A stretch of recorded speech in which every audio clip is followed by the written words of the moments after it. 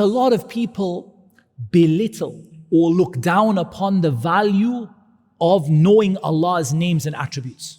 People think, we teach to our children and things.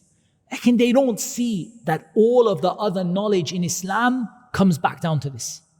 If this is strong, all of the other branches of Islamic knowledge that you build upon it will be strong.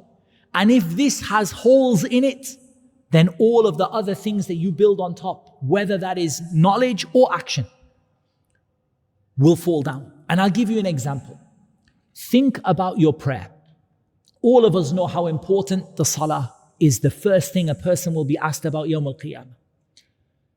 And think about how much of your prayer revolves around Allah's names and attributes. The first pillar of the prayer. Let's just start with the first rukn min arkan as-salah. Takbirat al-ihram. The first time you say Allahu Akbar, you mention Allah and you mention one of His names and His attributes. We talk about Surah Al-Fatiha, which is built around Allah's names and attributes. Then you go into ruku' and you praise Allah with His names and attributes.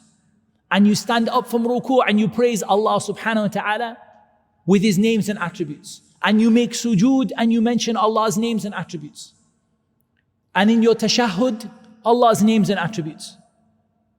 Your salah is all built upon knowing Allah Azza wa Jal with His names and attributes. Your dua, that the Prophet ﷺ said, ad-du'a huwa al-ibadah.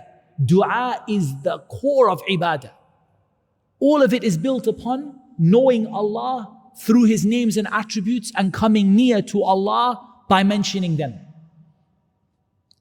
So you realize that all of the actions and the knowledge that you build upon is all built upon a foundation of believing in Allah, and that means believing in Allah and His names and His attributes. So keep this example in mind when thinking about how important it is to understand this subject well.